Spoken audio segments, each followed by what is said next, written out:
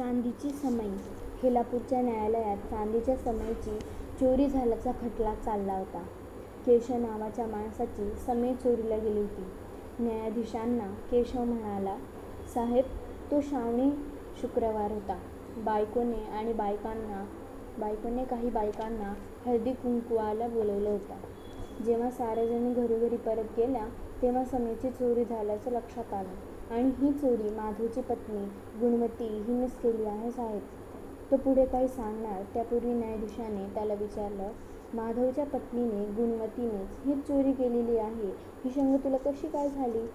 साहेब, गुणवतीच्या घरात काहीतरी शुभकार्य गेल्या आठवड्यापूर्वी झालं होतं. त्यात भाग घ्यायला माझी बायको देखील गेली होती.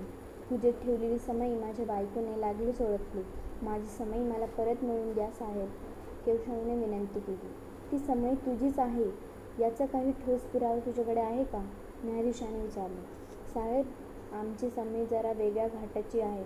ओम अक्षराच्या आकाराची आहे, केशव म्हणाला. न्यायाधीशांनी हसून म्हटलं, अशी गोष्ट आहे का? आमच्याही घरात एक ओम अक्षर आकाराची समई आहे.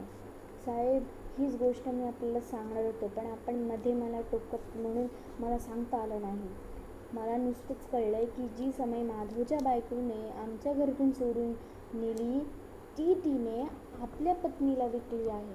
ती समई आता तिच्या घरात नसून तुमच्या घरात आहे, केशवने खुलासा केला. हे ऐकून न्यायाधीश व तिथे असलेले उपस्थित थक्क झाले.